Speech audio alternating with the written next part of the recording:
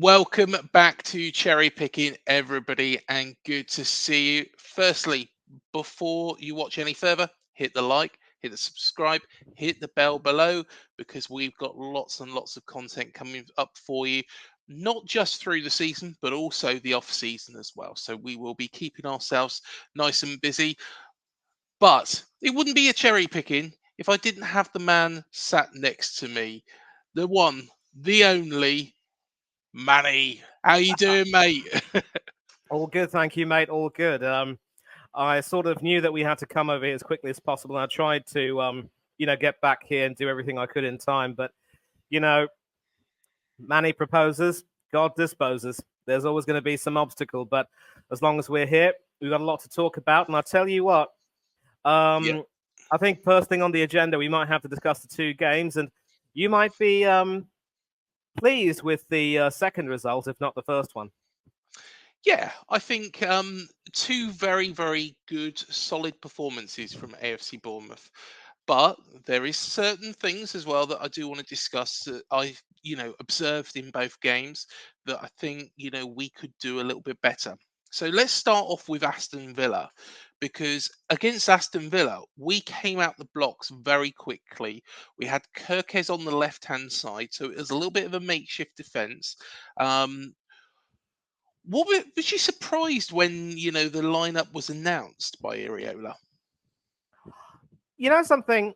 I know that Lloyd Kelly has played as a makeshift left back Yeah, for some of your games before, but the idea of having Kirkies playing as that left midfielder who could, he seems to be that sort of traditional left back who bombs forward. yeah, So obviously, I think the reason why Iriola wanted to use his own 4-2-3-1 formation to counter Emery's was so that Kirkies could potentially, target both Ezri Konsa and Matthew Cash. Now, yeah, bear in mind, Cash had, of course, just come back into the team and was the goal-scoring hero, as it was his equaliser which prevented Aston Villa from going out of the Conference League in normal time. yeah. And, of course, it all went to penalties. We all know what happened, and I don't really want to take too much time on that because that's going to digress further. But I had the pleasure, Craig, of watching that entire game, and I was really pleasantly surprised to be able to do that. And it was really good to see how just dynamic and attacking Bournemouth's play could be. And Yes. as we're going to talk about later on, and I think the Wolves result will do that. You've Hmm. pretty much been able to show that although you will always have a place for Gary O'Neill in your hearts, you've moved on from him. Yes. And I will admit that sadly never got around to seeing that video about how Gary was for some reason hated by Bournemouth. Hmm. Maybe there were some reasons and they've been dealt with. But back to the Aston Villa game, obviously, you know, the team selections worked a treat. And I did say when we were chatting on WhatsApp as well that Justin Kluivert has got to be one of the purchases of the season Yeah. because obviously he had to take a little bit of time to sort of get himself settled in. But after settling and really understanding Iriola's tactics, he's literally, taken to that like a duck to water and really started to prove just how good a player he was supposed to be, how good he can still be, and how good he definitely is. The only reason why he might not be given that much credit is because he plays for the Cherries, and his father happens to be the legend that is Patrick Kluivert, the Yeah. Dutch legend, of course, who ended up having a small sojourn with Newcastle in the Premier League. At that time, Bournemouth weren't in the competition. But Kluivert has been magnificent, in my opinion, and it was he, along with Kirkies, who were able to do some really good damage up the field, particularly on the left, I would say. And earlier on, I think Kluivert did test Emi Martinez with um, a really good shot. And what was brilliant about Martinez, I say, was that instead of trying to tip it over, he had enough strength in his left hand to sort of really, not so much swat it, but also really make sure that it, moved away. Yeah. And it wasn't really a limp left hand, as it were. And that's really one of the reasons why I really rate Emi Martinez as one of the best goalkeepers in the world today, because he works so hard on his game. There doesn't seem to be any kind of a weakness to his game at all.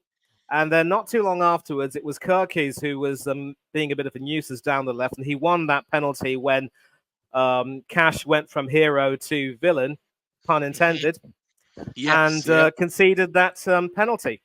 And it was left to Dominic Solanke to, take the initiative and slot that in. It was a wonderful penalty, blasted high to the to ME's right. He dived the right way, but he was never really going to get that.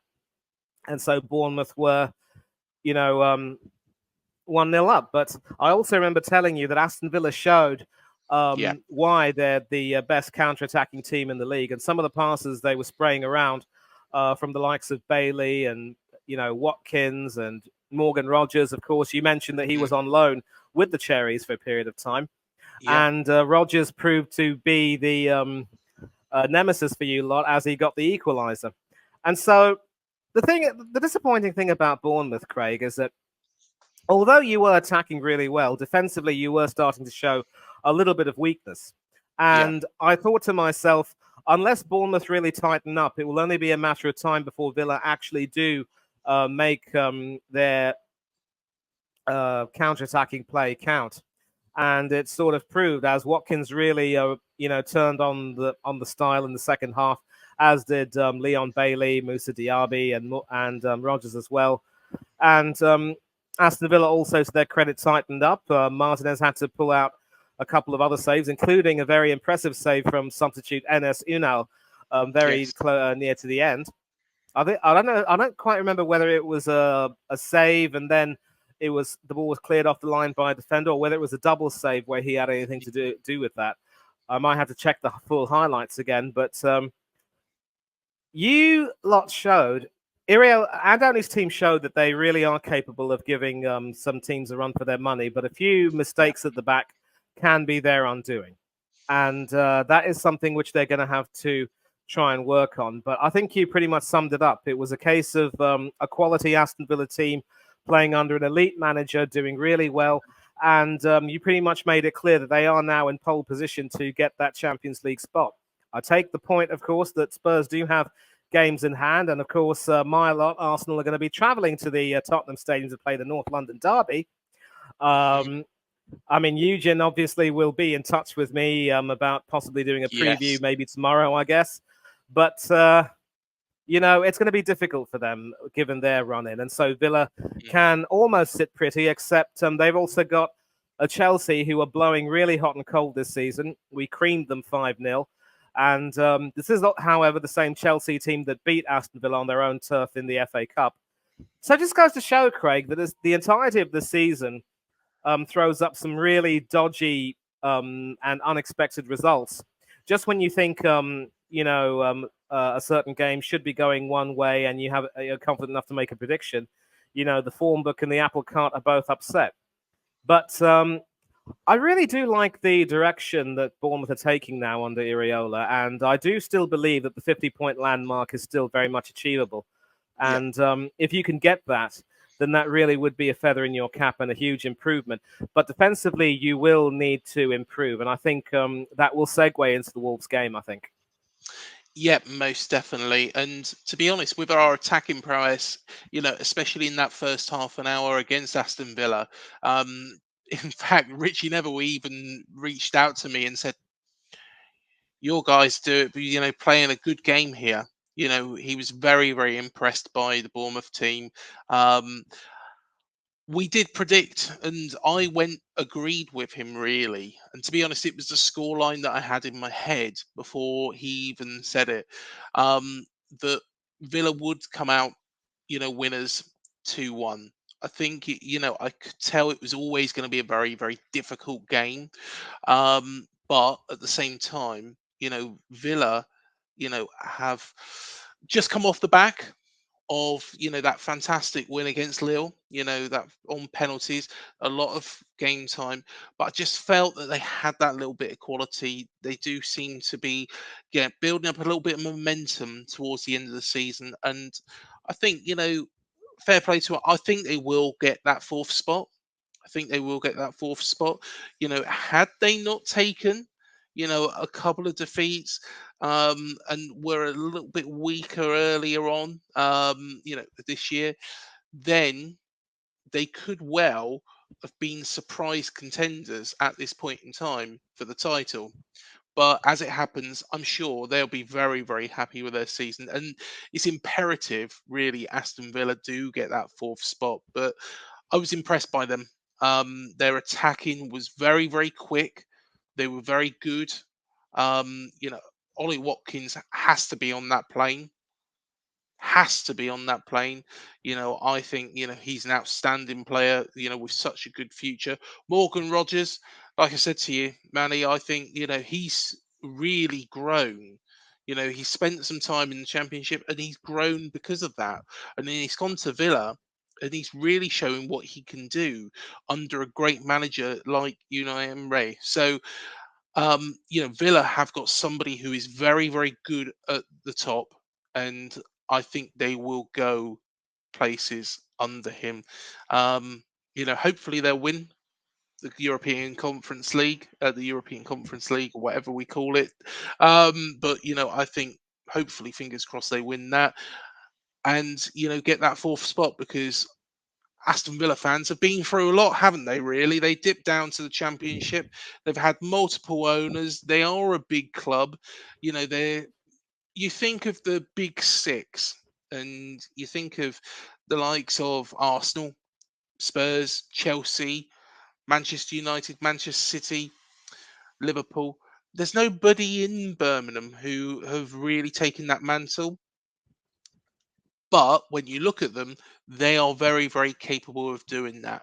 And they're doing it the right way, sensible signings. I think PSR has to get off their back. I think it has to get off their back because it's just going to ruin the integrity. And this is why Richard Masters has to be sacked or, resign. Because I think personally, it's great for a story like Aston Villa coming through. Newcastle, they've got a lot of money to spend. We know that, which, kind of devalues theirs a little bit. But Villa have done very, very well. Signing Ollie Watkins from Brentford, Morgan Rogers they brought in, Leon Bailey, and their players, and Emi Martinez, of course, a man that was, pushed out of Arsenal, went to Reading, was it Oxford, Rotherham Yep. United? Am I right in thinking Rotherham United as well? Yes. Don't Without forget Sheffield. Don't forget Sheffield Wednesday as well. You're Sheffield absolutely right, Wednesday, mate.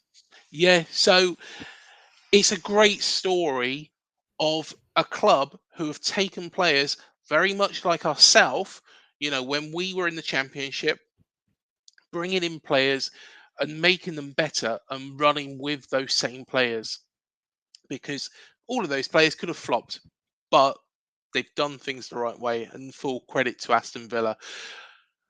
And yes, it does segue in quite nicely to the Wolves game, of course, coming up against Gary O'Neill. And to be fair, that video title, I got a little bit of criticism for it from some Cherries fans saying, well, we don't hate him. And I know, anybody who's watching this, I know we don't hate him. However, some of the comments that were aimed towards Gary O'Neill, like clown, PE teacher, and putting Gary O'Neill's head on Osama bin Laden, you know, was completely and utterly ridiculous for a man who kept us up. When Scott Parker wrote us off, we probably were under equipped at the start of the season. Yes, we did spend a lot of money in January, but at the same time, it would have taken some time for those players to actually gel, which it did. Gary did a good job with that. So that's what I was referring to in that title. And yeah, it's clickbait. Has anybody seen how the media works? Let's be fair, it sells broadsheets. It can sell the channel as well, can't it? But coming on to this game, so there was a lot of fear, I feel, from the Wolves faithful. And, I get, I'm reading the comments on Wolves channels, like Talking Wolves and Always Wolves, through some of the comments, read through some of them on the message boards as well that Wolves have. There was a lot of fear And the reason why I say that is because Gary O'Neill's squad is down to its bare bones. It really is down to its bare bones. And I know this sounds really ridiculous, but we should have won that game by more than one goal. However, I'm also going to throw up a caveat because um, personally, I think Huang's goal in that second half, that ball come across, I don't think there was anything wrong with it. And I think, because of course the player, I'm trying to think of who it was. Was it Semedo or no, it's Cunha, wasn't it? Lifted his arm towards Justin Kluivert, and of course it's brushed him. Justin Kluivert didn't appeal for it. Personally, I think that was a goal, but I'm not taking anything away from the team. You you win and lose on these VAR decisions, and we've lost so many times that we'll take this one. But my point entirely is that goal should have stood, but we should have won by more. I love the way you summed it up. And you know how they say you should never look a gift horse in its mouth? I Hmm. think it's fair to say that if you weren't quite able to, score more because you found the Wolves goalkeeper Jose Sa in inspired form, Yeah. um, maybe in some ways, you had a little thing going in your favor when that was ruled out. But Iriola, in his post-match comments, did say that Kluivert was in fact fouled.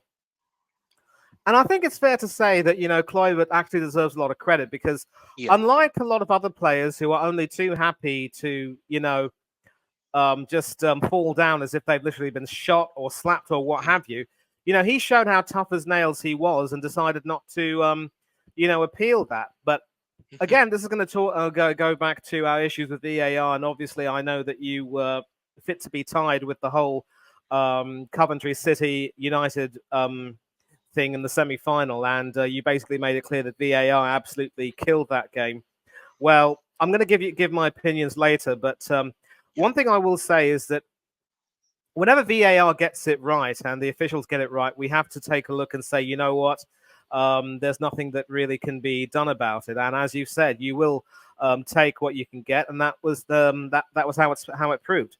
But nobody could in any way doubt that you were the better team on the day. You had so many chances. But I want to ask you a big question.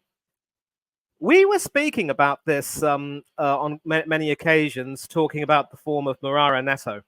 Yes. And I wouldn't necessarily say that he was to blame for the 3 goals that Villa scored that day.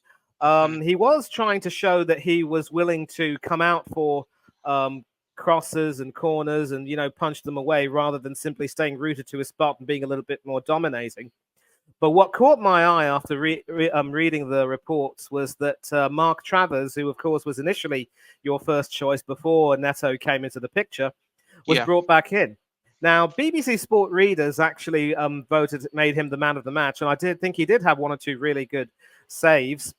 To make him the man of the match, though, would probably have been a bit facetious because, that was probably one of your better attacking displays this season, and you should Mhm. have had more goals. But briefly, let me ask you, how impressed were you with Travers's performance? And do you think he's done enough to make Neto start considering his options, perhaps? It's an interesting one. I want to see, how he performs against Brighton, this weekend on Sunday. I think Travers is a solid goalkeeper. I think his confidence was shot to pieces after that 9-0 thrashing against Liverpool, which he had no, you know, to be fair, you know, any goalkeeper would have conceded a hatful of goals that day. Thinking back to it, he probably could have done a little bit more with some of them.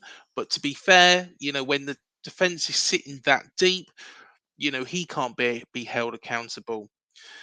You know, Yesterday in the game against Wolverhampton Wanderers, I think he was good.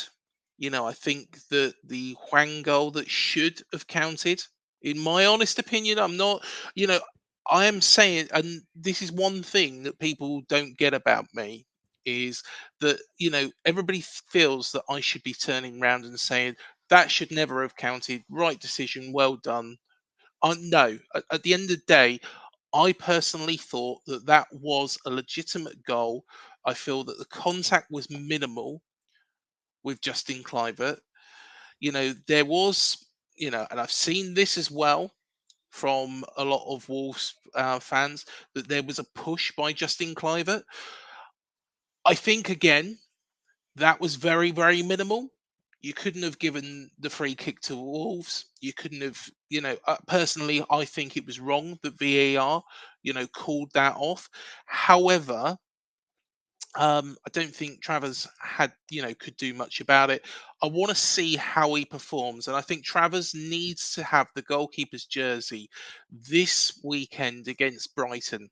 Now, if he makes complete hash of things, then we have to look and decide. Right, okay, what do we do goalkeeping wise moving forwards? Because Radu is completely out of the picture, and I think I am not convinced by him at all, but I do personally think that Neto is a good shot stopper. He's proved that. Where Neto falls apart is when those crosses come into the box, he's not coming to claim them as well as he used to, which, it was a strength. Now, what I do think, and I'll reiterate this again, and I'd love to hear what other people do think of this. I think when Neil Moss come back, Neil Moss has turned around and said, "Right, Neto, what we want you to do is we want you to stay on the line, and the defence in front of you should be able to clear it." Now, the thing is if that defence in front of Neto doesn't clear it, it makes it a lot harder because Neto could come for the ball, can catch it. Yeah, he might miss it, and that could be his fault. But if that defense does not clear it, then it makes it a lot more difficult for the goalkeeper because it's from a closer range. And personally, I think that he's a little bit slower coming off his line, a little bit more cautious. We'll have to see exactly how Travers plays that because, I hope, and I know this might sound stupid, I hope Brighton do ping quite a few balls into our box so we can see if Travers is doing that correctly, and coming to claim for the ball. That is something then that Neto has decided, right, okay, I'm going to stay a little bit more on my line and let the defence do it, which, I personally think is completely wrong. He's an experienced goalkeeper, and Neto should not be making those mistakes. Travers, I think, needs to have the jersey. We have no fear. Well, we are mathematically safe, so there's no fear of that. Hopefully we can push up the table, but it's also about deciding who is going to be our number one for next season. Is it going to be Neto, which personally Neto's getting no younger. Maybe it might be the time to pass it over to Travers and give him his place back. He's been out on loan at Stoke. He did a decent job there. They didn't want to lose him. I think partly us recalling Travers has coincided with their dip in form, um, and them dicing with relegation danger. I personally think, Travers has to be given the jersey, given a bit more time. So my view to that, Manny, sorry to make it a long-winded answer. Um, I think ask me again in about a week or two's time.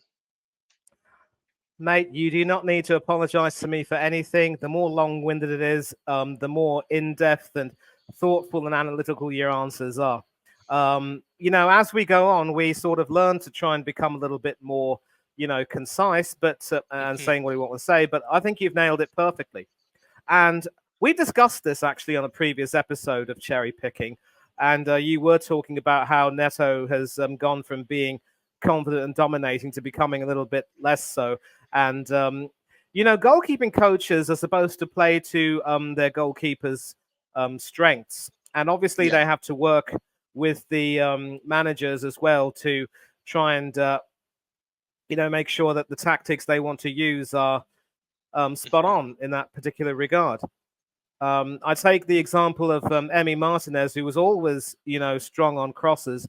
One of the biggest criticisms, and a lot of ignorant Arsenal fans will still say this to this day, is that because he didn't have the best distribution from the back and didn't have the ability of the likes of Aaron Ramsdale or David Raya to find a goalkeeping, find a pass to land a goal kick on a sixpence, I should say. Arsenal were right to get rid of him. I always say rubbish. What is the use of having a goalkeeper who can do that if his positioning is poor at the best of times and he can't even make some basic saves? And both Ramsdale and Raya have been guilty of all of that. But going back to Martinez, what his goalkeeping coach has told him to do, and not Neil Cutler, who deserves to be credited for really turning him into a world beater, but the new coach under Unai Emery, is that he has told him to sort of try and be a little bit more snappy with his distribution, as it were. So as a consequence, he's effectively turned into a sweeper keeper, a little bit like, Manuel Neuer in that regard, and certainly someone who has been a big factor in Villa's improved play and the style of play and how they've been getting results. Yes, they play a high line, which at times can be successful, but we also saw against Bournemouth that whenever the high line can be breached, they can be very vulnerable indeed. So Martinez has improved his distribution and his play from the back and has become a sweeper keeper, but there are several Arsenal fans who won't want to admit that. But the player was willing to learn that trick and improve himself. And I get the feeling that when it comes to Neil Moss, it's one thing to try to teach a goalkeeper to, add a new, feather to his cap in terms of skills, but another thing altogether to completely abandon his entire style of play, the base of his style of play, to, be something he's absolutely not. And that's not what happened with Emi Martinez. So for Neto to undergo that is really, unfortunate for him. And, the fact that he's been conceding far too many, making far too many mistakes for your liking and even my liking, I would say, has not really helped him. But now this is something that he's going to have to try and work with. He is going to have to try to rebuild his confidence while being on the bench. And as for Travers, well, he was given his opportunity against Wolves. He took it with aplomb. And it's ironic that he's going to come up against the Brighton team, which has been whose manager, Roberto De Zerbi, has been very notorious, mind you, for rotating both his goalkeepers. So on one occasion, you'd see Luke Steele between the sticks. On another occasion, you'd see Bart Verbruggen. Steele, obviously, being the more experienced and seasoned Premier League veteran, while Verbruggen is more of the, young whippersnapper, as it were, in comparison. Yeah. But of late, I think it seems clear that Verbruggen is now the man in possession of the jersey, because Steele has been he was making a few errors, and Brighton weren't having some really good performances. And it was, of course, Steele in goal when Villa swamped them 6-1 at Villa Park. So Verbruggen seems to have that confidence now. I'm not for one moment suggesting that goalkeepers should be rotated as often as that. Far from it. And why De Zerbi saw it fit to do that, only he will know. But I think now it seems to have paid some dividends, as he's now got an idea of who his goalkeeper should be and what he wants from him. And so Travers should now get his chance and try and roll with it. And if he's able to do really well, and Bournemouth do get the results they need, which will see them, go back into, which will see them earn 50 points. That was an absolute masterstroke. Until then, though, we are going to have to sort of see how well he does, and I, for one, particularly will look to see how well he does in this Brighton game if I can watch it, because now, of course, we no longer have midweek games in the Premier League. It's all going to be weekend games, and and to that I say thank goodness, because where I am, staying up until about 2:30 or 3:30 to watch games like that, it's not fun, and I wouldn't recommend it. No, fair enough. of course, before we move on from the Wolves game, well, two things.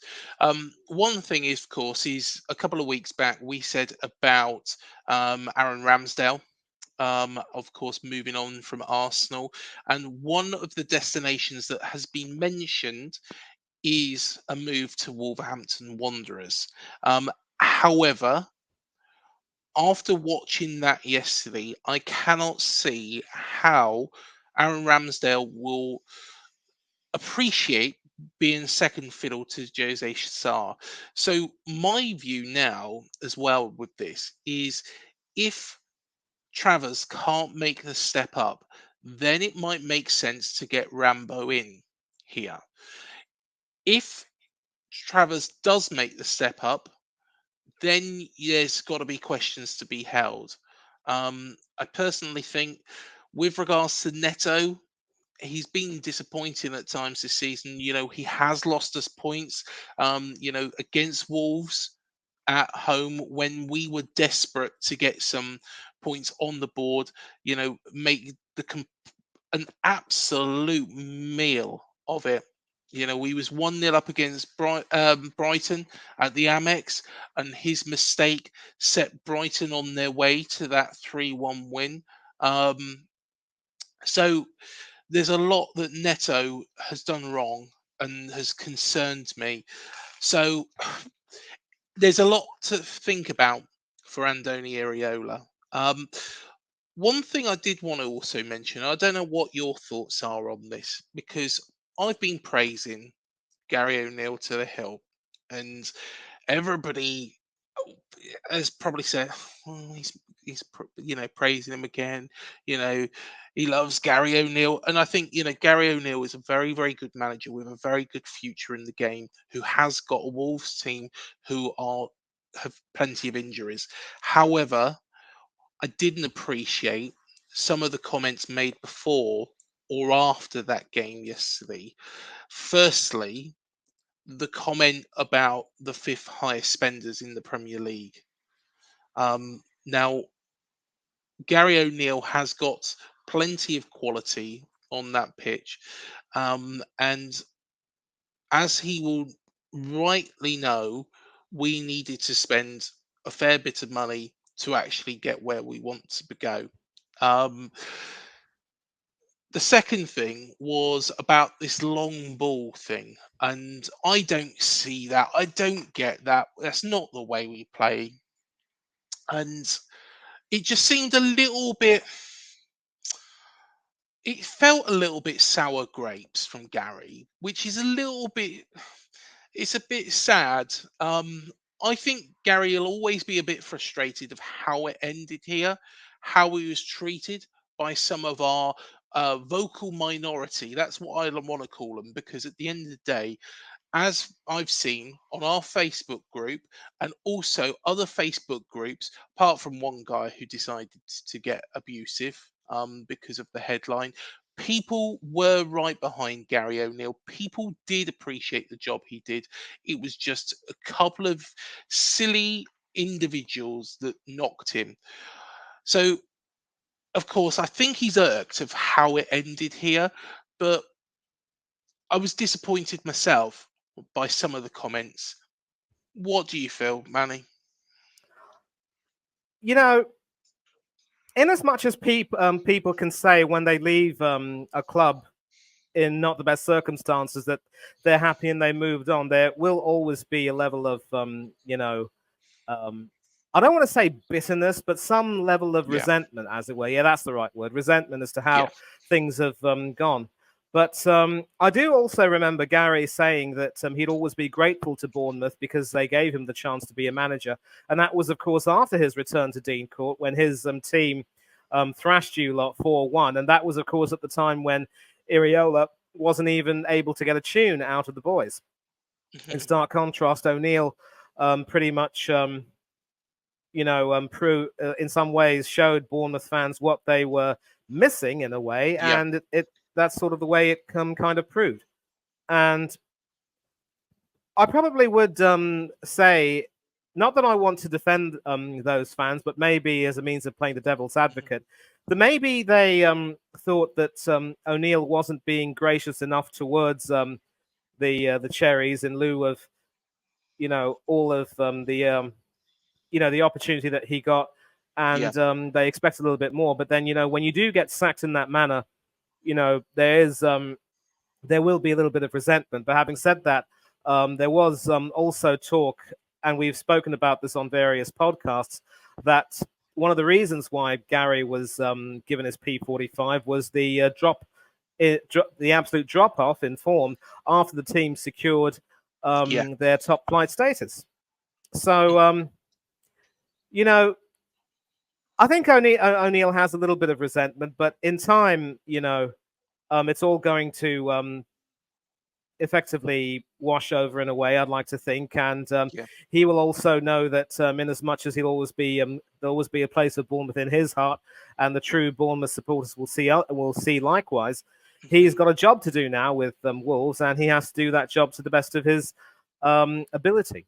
And I don't think anyone can resent him for that. And you shouldn't resent him, because now you're in a much better position under Iriola Yeah. than under O'Neill. And at least you don't look like having that severe drop off in form, which is probably, in all likelihood, what cost Gary his job. And there should be no resentment of Gary for the job that he did. And I think time heals wounds, Craig. Time will always Yeah. heal wounds. And I know you're going to be sick and tired of me talking about this fine Argentinian goalkeeper, but when Emi Martinez came back to Arsenal with Villa, and bear in mind, Emery was also our manager before he got sacked. He obviously, there was a lot of talk on Twitter from Arsenal fans saying that they made Emi cry last season, and they couldn't wait to make him cry again.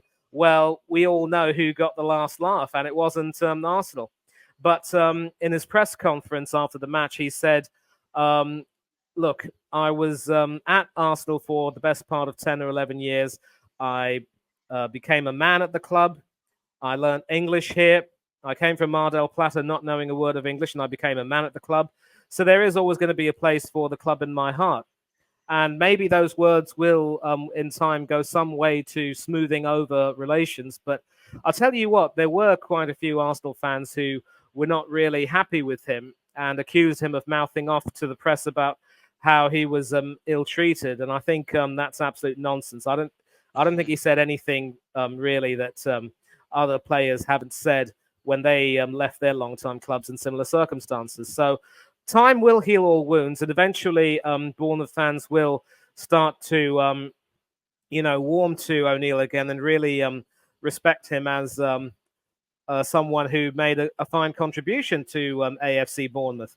Until then, you just got to go about your business and do what you have to do, and let the chips fall where they may. Let things take their course, and that's sort of how it proves.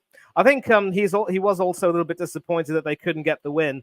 As you've said, though, their squad is down to their bare bones, and I think it makes our win over them by the score of 2-0 a bit more disappointing, because we should have done a lot more to try and take advantage of their thin squad. And the fact that we scored our goals in the at the end of both halves, Trossard at the end of the first half and Odegaard at the end of normal time in the second half, that is a little bit of an indictment. And it was just as well that we proved how serious we were by going and giving Chelsea an almighty walloping. But, O'Neill has done a good job so far. And I think there is still some ridiculous talk about him possibly replacing Jurgen Klopp at Liverpool. I wouldn't pay any credence to that at all. No. And I think the paper, well, if there are any papers who see it fit to report that, I'm reminded of the words of Bruce Grobbelaar, who said, "I wouldn't use those newspapers to yeah, I don't want to repeat that. I really don't, mate. I hope you can understand. But That's fine. But as I said, I think there shouldn't be any credence to any of those reports, and I think O'Neill has to stay where he is at Wolves and really build on this season, see what he can possibly do with the players that he has. And that segues into the issue of Ramsdale possibly not coming to Wolves, because bear in mind, as well as Jose performed, I think it Mhm. was yesterday they played, right? Yes, yeah. Yeah. So as well as Jose performed yesterday, there is still talk about the Portuguese keeper being sent to Saudi Arabia to play in that particular league. So Mhm. they're going to need a good quality goalkeeper because they only have David Bentley left. And so if Ramsdale is going to be guaranteed more first team football, then why not, you know? And a move to Newcastle could be intriguing because, as I think I might have said, Martin Dubravka should get to play for Slovakia in the Euros. And then if he does well, he'll get some good offers and he will leave Yeah. Newcastle United. So the competition will be between Aaron and Nick Pope, both of whom, of course, Mhm.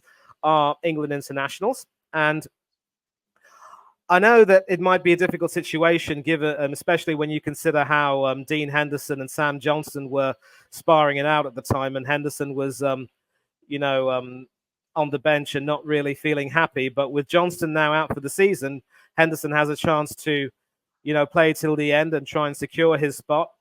And under the new manager, Oliver Glasner, who I do rate quite highly, I think he's absolute quality. Europa League winner, of course, with Eintracht Frankfurt. Crystal Yeah. Palace are having a good end to their season, too. So I would definitely say that Ramsdale should consider his options and really decide what is the best course for him to take. And in as much as I may not necessarily be a big fan of the bloke, I will wish him very well, and I hope he has a good career elsewhere, whether it's at Wolverhampton, whether it's at Newcastle. He needs to go to a club where he will focus more on the football and developing his craft and becoming a better all-round goalkeeper than he was proving himself to be at Arsenal. And it has to be said, Craig, that at Arsenal, he was making some good camera saves, but there were some moments which really had fans like myself, wanting to rip our hair out because, Yeah. I mean, he was making some poor errors, and some of those errors proved to be very costly. So O'Neill should have have a good squad to work with next season with Wolves, and if he can, build on the success that he was able to get with them, and really take them further, then that will improve his reputation even more. But I don't want him to even consider, going to a big club because he hasn't done anywhere near enough to, you know, in his own mind think that he's good enough to Mhm. even go over there. And if Liverpool were to offer him the job, I hope he would have the good sense to say thank you, but no thank you. Because after what happened with Graham Potter at Chelsea, there is no way that we would ever want to see another young manager being, you know, found out, as it were. Maybe not necessarily found out, but being made to suffer at a big club because he couldn't resist the lure. And especially when you consider that Potter hasn't had any, big offers come his way since then, you know, it says it all, really. His stock's definitely decreased, but final bit on yesterday's game. What I really wish that Gary O'Neill had come out and said is, mention about the decision by VAR. We've already mentioned that. Personally, I feel that it should have stood. We come up against the better side. In Bournemouth, I think we were the better side. Mention about the injuries, but all this long passing stuff and all the stuff beforehand, it just felt a little bit sour, sour grapes. But I tell you what, mentioning about VAR, that's going to lead us on to the next bit and a nice little link. Because Nottingham Forest put their foot in it the other day, didn't they? With Oh, they did. supposedly, firstly, is Stuart Atwell a Luton fan? Who knows? But do you know what? I think again, it's probably the statement is probably right because I watched and reviewed those decisions. I personally think, and again, I'm not saying this because, of course, all the Everton fans have been really, really good to me. You know, two of the Forest penalty shouts were penalties. That's how I see it. That's how I see it. I think one of them, and I'm sure it was the first one, probably not. But the other two were penalties, especially the third one. Third one was a stone wall penalty. Um, Now, I think that they had every right to say and demand a response from the Premier League. The way they did it, though, with regards to the biggest thing for me in that statement was the Luton Town thing. Stuart Atwell is a Luton fan. That needs to be said privately because that's what's made it go viral. The other bits, though, are very, very valid. Do you agree, Manny? Because the levels of refereeing and the actual officiating, at Stockley Park, where they're watching the VAR screens and going, you know, and the referee's not even going over and making his own decision. I think the level of officiating has been shocking this season. Oh, absolutely, absolutely. I could agree more with you. And it's a little bit like saying that technology, which is supposed to help referees do their job even better, is actually making them do their job even worse. Because it boils down to what I think is a fact, Craig, that the Premier League bigwigs love the controversy too much. That they're not going to, they're not going to try and insist that action be taken, because if you do that, then you lose that little bit, which that little quality which makes it so engrossing and so addictive, as it were. Thankfully, I found the right words. But in the long run, I think I've said it before that people are going to wear off of this, and they are going to eventually decide, you know what? If the referees are going to do their job in such a slipshod, haphazard manner, then what's the point of even going to watch these games? And sooner or later, more and more people are going to vote with their feet, if you know what I mean. And I did also mention last week that Chris Foy came on the weekend wrap. I think that was, of course, a sort of a roundup show on the Premier League channel. And over here, we get our Premiership coverage via the Premier League channel. So we get all of these wonderful ex-players and also former referees coming on to analyze games and analyze decisions. It used to be Dermot Gallagher. Now it's Chris Foy. We might get another one. Hopefully not Graham Pole or Paul Durkin. I can't stand those two, to be quite honest with you. But Chris Foy was saying, obviously, and I think at the risk of being repetitive, he said that the reason why the penalty shout against Gio Reyna, the first one, was not given was that Reyna probably made a bit of a meal of it and was asking for a bit too much, and maybe the contact between Young and Reyna was minimal. But after the whole debacle with Adam Smith against Manchester United, that penalty for that handball should have been given a penalty, because you cannot in any way have one decision, have two similar instances where one is punished with a penalty and another one isn't. It's ridiculous. I mean, to only penalize one and not the other was just a case of, it was inconsistent at worst, incompetent at best. I mean, inconsistent at best, incompetent at worst. Mental flatulence, please forgive me. And then the third one, where Ashley Young did, in fact, make contact with Callum Hudson-Odoi's heel, and he was sent tumbling. Neither the referee, Anthony Taylor, I think, nor Stuart Atwell. Was it Anthony Taylor? I don't quite remember. It might have been. But I think it was, wasn't it? If I'm right in thinking. Yeah. So, Anthony Taylor obviously isn't, a favoured referee for a lot of fans. But for neither him nor Atwell to even investigate that and determine that there might be a case to answer, I mean, that's just absolutely stupid. And I'm sorry for using that sort of a harsh terminology, but you can't, with that technology, you can't not investigate something like that. You have to make sure that you use it for every single thing, and then you determine everything. And the reason why they had VAR in the first place, Craig, is to make sure that all of these errors were eliminated. So to not even bother doing that, I think it was just incompetence. It was sacrilege in many ways. And you can definitely say that it's not the VAR that is the problem, but it's the officials themselves who are proving to be, just lazy and lackadaisical and downright incompetent, I will say. And yet we know that because, pardon me, we know that because, the bigwigs love the controversy, Mhm. it's still going to continue, and we're going to have the same cycle taking place here on in. So, I mean, year in, year out.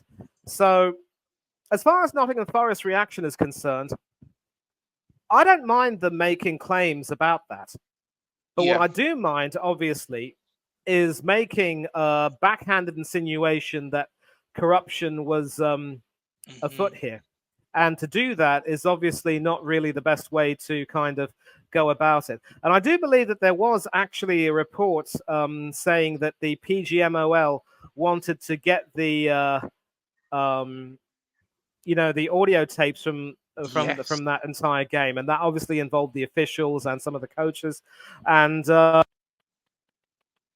an interesting piece of news here from the BBC website is that Michael Antonio, who of course plays for West Ham but used to play for the Reds, for the Forest, that is.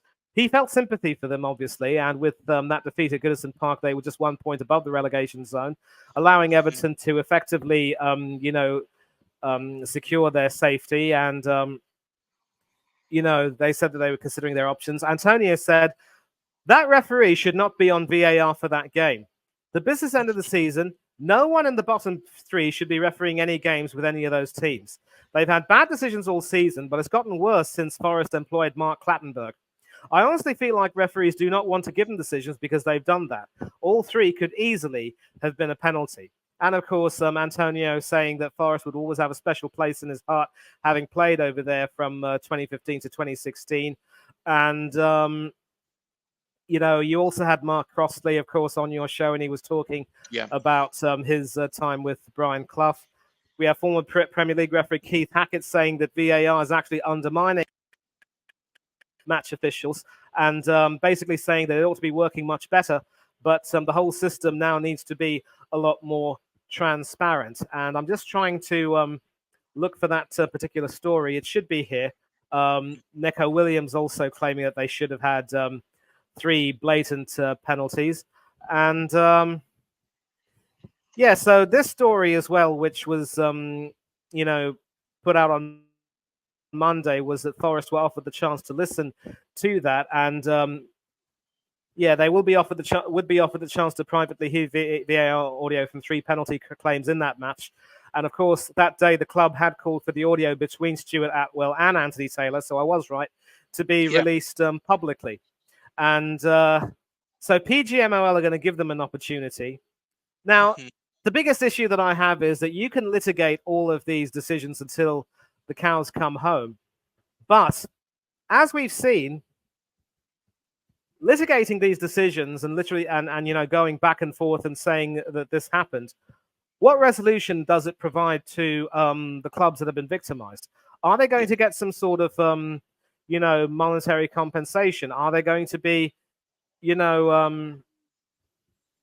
are they going to be retroactively given at least 1 point or 2? Or because I mean, we've seen obviously, Craig, some games which are awarded in favor of a certain team when certain circumstances arise, be it Mhm. crowd violence or the opposing team failing to turn up in time or something like that. I'm not too sure. But what circumstances can there be for this? And the Mhm. worst part is that the more incidents we have like this, where some blatantly poor decisions are being made, the more we're going to see more of these complaints, and the more of these smaller teams are going to be affected. Now, for what it's worth, Forest are still in at least marginally a better position than Luton. And of course, Luton were literally swamped 5-1 by Brentford at Kenilworth Road. And I Yeah. think it's fair to say that the novelty of Luton is starting to wear off a little bit. But Forest do have a point when they say that they can't afford to leave anything to chance. So, in as much as I feel sympathy for them, I think they went about it the wrong way. And all I can say to them is, you know what, lads, shake it off and just try and move on. And I know it's easier said than done. I know that a good friend of mine who has his own YouTube channel, Warren from Warren's Team Talk, famously quotes Brian Clough by saying, you should play well enough to make the refereeing decisions irrelevant. The Yeah. problem is, for teams at the bottom end of the table, it's easier said than done. So while I have sympathy for Forest, I completely agree with you that the statement they made about Atwell being a Luton fan was a little bit out of line. But hopefully their case will be resolved. And, sooner or later, the people at the top have got to dig their heads out of the sand and say, you know what? Sooner or later, we're going to have a lot more disgruntled fans decide that it isn't worth watching. It may Mm. not be the case right now, but down the line, you will see a lot of people starting to vote with their feet. It could probably mean more and more people deciding not to buy season tickets or not to buy, these television packages, which include Sky or TNT or what have you. And the Premier League will be hit. So it just goes to show there is no substitute for efficiency. It'll work well in the short term and the long term. Completely agree. And I'm worried that the Premier League is becoming a product that is going to be harder to sell moving forwards. We've seen it with Serie A, where, let's be fair, Football Italia was always on TV, on Channel 4 for years and years and years and years because it was the best league, in the world at that time. You Oh, had the yes. situation with Juventus, AC Milan. I think Inter Milan were involved in it. Parma were. Sampdoria were. You had this situation. Now, don't get me wrong, there was a lot of corruption in Italian football. We all knew that. This is very, very different because what is actually happening in my eyes, is we have now got a situation where VAR is being implemented by the best league in the world. And I still believe the Premier League is the best league in the world. We are slightly ahead of the Bundesliga, but it is catching up. It's being implemented terribly, terribly, that you could turn around and say that our second tier, the championship, is actually being refereed a lot better and a lot more competently than the Premier League is at this moment in time. The referees aren't going to the screens like they did in the World Cup and looking and making their own decision. We've got stoppages of 7, 8, 9 minutes at a time where fans are just scratching their heads. We saw it, in several games this season ourselves. We've seen it in other big games where it takes the whole excitement out of football. Whereas the likes of Mark Housey, and I know you said that you don't like Graham Poll, but those referees, were experts in their game. They did make mistakes from time to time, but they made less mistakes because they weren't relying on a piece of technology to then turn around and say whether it was or it wasn't. So I personally think that Nottingham Forest, by putting that message out, have done the right thing. The contents of that message, though, the Stuart Atwell Luton thing should have been dealt with completely privately because we've now got social media accounts, determining, oh, who does this referee support? Who does this referee support? And it's going to become now a big thing. It's going to become a thing where everybody, in my view, if I was a referee, I should not, never should referee any Bournemouth games, but B, I should not referee any games that could affect Bournemouth's position. Now, say for example, if somebody who was a Bournemouth fan refereed Man United versus Arsenal, that's fine. Neither of those teams are in any competition really, of the same league, but not affecting directly AFC Bournemouth. But if you said, right, okay, and say for example, we was in Forest position, and I was to referee a game between Luton and Everton, that is damn right wrong. And I think, what we need to do, and they should have done that privately. If Stuart Atwell is a Luton fan, never should the PGMOL have done anything with it. And in fact, it's quite interesting. I've watched a couple of things since, and the PGMOL, used to say and ask referees to declare A, which team they support, B, where they're from, because of course that comes into it, preferences, and any other things like teams that they don't particularly like or anything like that, because they want to make sure that they're not involved in those games. And I think, it's fair to say, Manny, I think the whole of English football needs a bit of a reshape. Final question before we go, because we've got a couple of minutes left, but of course, Forest are still in relegation trouble. We are coming to the business end of the season. Luton beaten 5-1 last weekend, against Brentford. But Burnley are, surprising me. They've got a bit of momentum down there. Should Forest be worried about Burnley? Should they be worried about a Luton resurgence? Or do you think that they're going to do just about enough? Briefly, Craig, taking a look at the way Luton and Burnley have been playing throughout the season, I think Forest should, in theory, have enough. I'm not the biggest fan of Nuno Santo as a manager, but ever since he came in, obviously, replacing Steve Cooper, he seems to have done a really good job in terms of trying to bring about a bit of solidity. Yes, they're still having some poor results every now and then, but they're also winning games they need to win. Yeah. You mentioned Burnley. Well, yes, they beat Sheffield United in their last match, but they've got to travel to a Manchester United team that, yes, huffed and puffed on their way to beating Sheffield United 4-2. They have they entertain Newcastle at home, who were still chasing European football under Serretti. They travel to the Tottenham Stadium, also trying to get Champions League football, and then have a home game against Nottingham Forest, and I believe that will be the last game of the season. Yep. Burnley's resurgence in form is too little, far too late. And I do remember saying that maybe if Vincent Kompany had the foresight to drop James Trafford earlier on the season and play Arianet Muric, maybe they wouldn't be in this position at all. The result is that Trafford's confidence has been, has been hit for a toss every single time. And Muric would have been sitting on the bench twiddling his thumbs thinking, I was the goalkeeper who got Burnley promoted. What wrong did I do to be on the bench all along? And you live and you learn. As far as Luton are concerned, I think it's fair to say that heavy home loss to Brentford has pretty much knocked the stuffing out of them. Because now they've got to go against Wolves and they're travelling to Molineux. I cannot see anything other than a Wolves win, even though Wolves' squad is to its bare bones, as you've said. A home game against an Everton team that literally peaked when they deservedly won that Merseyside derby yesterday. An away trip to West Ham and a home game against Fulham. Luton are down, deeper and down.